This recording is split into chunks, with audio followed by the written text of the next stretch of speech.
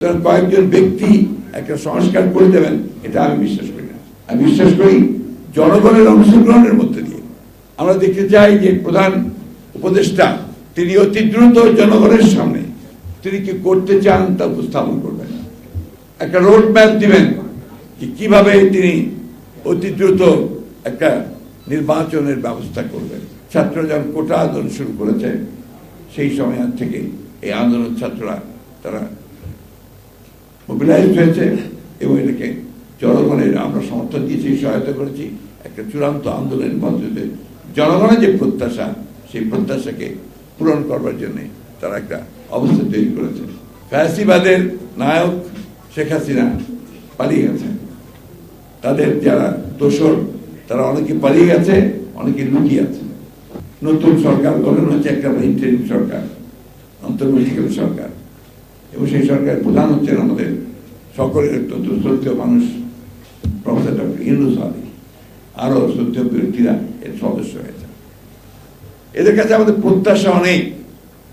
আমরা সবাই মনে করি যে এই ইন্টারিম গভর্নমেন্ট তারা অবশ্যই যৌক্তিক সময়ের মধ্যে তারা একটা নির্বাচনের ব্যবস্থা করবেন। আমি নির্বাচন কথার উপরে খুব জোর দিতে চাই, এবং যে সংস্কারের প্রশ্ন এসছে সবসময় আসছে, সেই সংস্কারের ব্যাপারেও নির্বাচনটা অত্যন্ত গুরুত্বপূর্ণ। কারণ the final authority is the people. সেটা কিভাবে আসবে? সেটা অবশ্যই একটা নির্বাচিত পার্লামেন্টের মধ্য দিয়ে তাদের মাধ্যমে সেটাকে আসতে হবে, এর কোনো বিকল্প নেই। সুতরাং কয়েকজন ব্যক্তি একটা সংস্কার করে দেবেন, এটা আমি বিশ্বাস করি না। আমি বিশ্বাস করি জনগণের অংশগ্রহণের মধ্যে দিয়ে। দুর্দান্ত সব উপাদানে তৈরি ঝাঁঝালো স্বাদের প্রাণ ঝালমুড়ি, এই ঝাঁজ সেই ঝাঁজ, তাদের মাধ্যমে কিন্তু সেই সংস্কার আসতে হবে। আমরা বিশ্বাস করি যে আমাদের এখন যারা ইন্টারিম গভর্নমেন্টে কাজ করছেন তারা সবাই অত্যন্ত আন্তরিক, তারা যোগ্য মানুষ, কিন্তু আমরা এটাকে আরো ভিজিবল দেখতে চাই, আরো দৃশ্যমান দেখতে চাই। আমরা দেখতে চাই যে প্রধান উপদেষ্টা তিনি অতি দ্রুত জনগণের সামনে তিনি কি করতে চান তা উপস্থাপন করবেন, একটা রোড ম্যাপ দিবেন যে কিভাবে তিনি অতি দ্রুত একটা নির্বাচনের ব্যবস্থা করবেন, কিভাবে তিনি প্রয়োজনীয় সংস্কারগুলো ঘটিয়ে তারা জনগণের একটা স্বস্তি দিয়ে তার সামনের দিকে এগোবেন এবং নির্বাচনের ব্যবস্থা করবেন।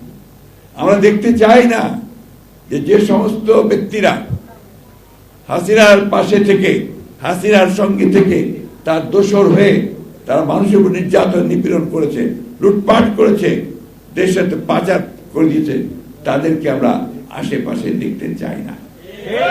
তাই পত্রিকায় যখন আমরা ছবি দেখি যে ওই সমস্ত লোকেরা আবার সংগঠিত হয়ে বিভিন্ন গুরুত্বপূর্ণ ব্যক্তিদের সঙ্গে দেখা করছেন, তখন আমরা একটু উদ্বিগ্ন হই, চিন্তিত হই।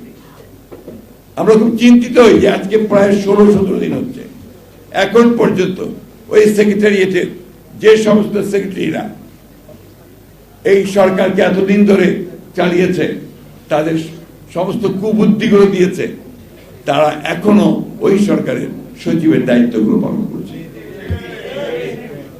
এটা আমরা দেখতে চাই না। আমরা দেখতে চাই যে অবিলম্বে ওই ব্যুরোক্রেসিতে যারা প্রো পিপুল আছেন, যারা জনগণের সঙ্গে সম্পৃক্ত আছেন, সে আইন মেনেই সব মেনেই তাদেরকে আমরা পাশে দেখতে চাই।